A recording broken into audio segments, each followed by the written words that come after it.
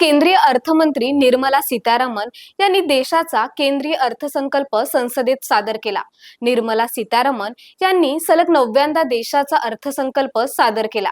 मात्र कांदा उत्पादक शेतकऱ्यांसाठी काहीच नसल्याने शेतकऱ्यांमध्ये नाराजी पसरली आहे। केंद्र सरकारचा अर्थसंकल्प म्हणजे कांदा उत्पादक शेतकऱ्यांसाठी थेट फसवणूक आहे। हा अर्थसंकल्प शेतकऱ्यांविरोधी मानसिकतेचा जिवंत पुरावा असल्याची टीका महाराष्ट्र राज्य कांदा उत्पादक शेतकरी संघटनेचे अध्यक्ष भारत दिघोळे यांनी केली आहे। कांदा उत्पादक शेतकरी आर्थिक कोंडीत सापडलाय।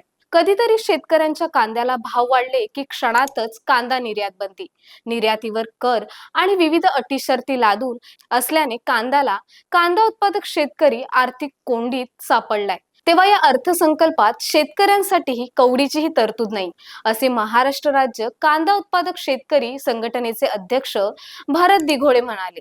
हा अर्थसंकल्प शेतकऱ्यांविरोधी मानसिकतेचा जिवंत पुरावा असल्याची टीका दिघोळे यांनी केली। केंद्र सरकारने कांदा उत्पादक शेतकऱ्यांना पूर्णपणे वाऱ्यावर सोडले असून त्यांच्या उत्पादन खर्चाकडे, वाढत्या मजुरीकडे, खत बियाणांच्या महागाईकडे आणि कर्जाच्या ओझ्याकडे जाणीवपूर्वक डोळेझाक केली जात आहे।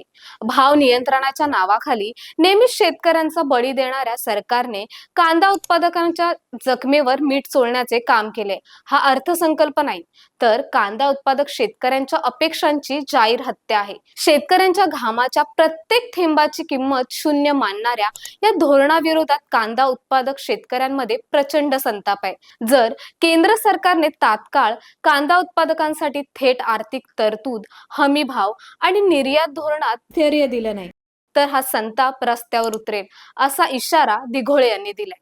तर तुम्हाला याबद्दल काय वाटतं कमेंट बॉक्समध्ये नक्की कळवा आणि अशाच माहितीसाठी मॅक्स किसानला सबस्क्राइब करायला विसरू नका।